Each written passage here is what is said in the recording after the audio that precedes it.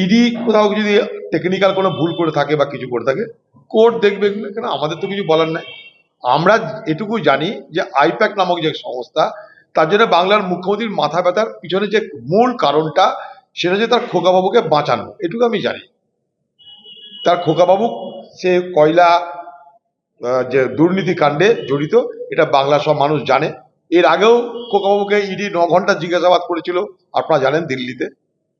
সেই খোকাবাবুর বিরুদ্ধে নিশ্চয় কোনো অভিযোগ আছে বা না আছে, সেটা বিচার ব্যবস্থা দেখবে, ইডি দেখবে, আর পশ্চিমবঙ্গ সরকার দেখবে। কিন্তু আমার কৌতূহল এই কারণেই যে বাংলায় তো এরকম আরো অনেক ঘটনা ঘটেছে।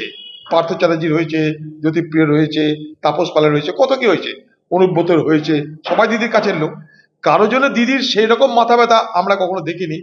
যে মাথা ব্যথা, যে চঞ্চলতা, যে উগ্রতা, যে প্রতিবাদ, যে আন্দোলন আজকে আইপ্যাক কাণ্ডে আমরা দেখতে পেলাম। কারণটা কি? কারণটা এটাই, যেটা অসাধারণ কিছু ব্যাপার নিশ্চয়ই। এই অসাধারণত্বটা কেন হচ্ছে? পার্থ চ্যাটার্জি সেও কাছের লোক ছিল না? তার জন্য কেউ করেনি। প্রতীকজন কি এমন কাছের লোক হয়ে গেল? কি তার সঙ্গে রিলেশন আছে আমাদের জানতে ইচ্ছা করে। এক, তার থেকে আমার ধারণা যে তার খোকাবাবুর কোনো বিপদ আছে বলেই দিদি সর্বাগ্রে সর্বশক্তি দিয়ে মোকাবেলা করতে নেমেছে। বাংলার মুখ্যমন্ত্রী এসআর নিয়ে নিজে একটা নাটক শুরু করেছেন। তিনিই প্রথম এসআরকে অভিবাদন জানিয়েছিলেন, কি বলে? আমি এখানে এসআর হতে দেবো না, চ্যালেঞ্জ করেছিলেন। তার দলেরই লোকরা বলল খুন হয়ে যাবে, রক্ত গঙ্গায় বইবে। আবার তার সরকার বলছে আমি কেন্দ্রের সঙ্গে অসহযোগিতা করব না। তার সরকারের পক্ষ থেকে 80 লক্ষ কর্মচারীকে নিয়োগ করা হলো।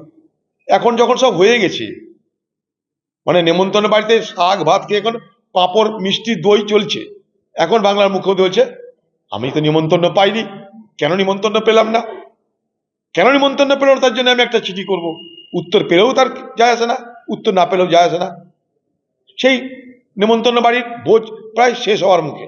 আমরা জানি পশ্চিমবঙ্গে এই এসআর নিয়ে একটা অংশের মানুষের অনেক ঝঞ্ঝাট, অনেক বিপদ আপদ, অসুবিধার সম্মুখীন হতে হচ্ছে। তাদের সে অসুবিধা দূর করার জন্য পশ্চিমবঙ্গ সরকারের উদ্যোগ কোথায়?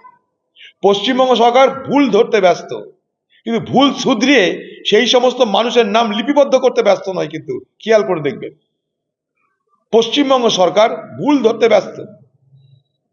পশ্চিমবঙ্গ সরকারের সুবিধা হয়ে গেছে এসআইআর, চাকরি নিয়ে আলোচনা করতে হচ্ছে না, শিল্প নিয়ে আলোচনা করতে হচ্ছে না, এসআইআর এর নামে বাজার পার করছে।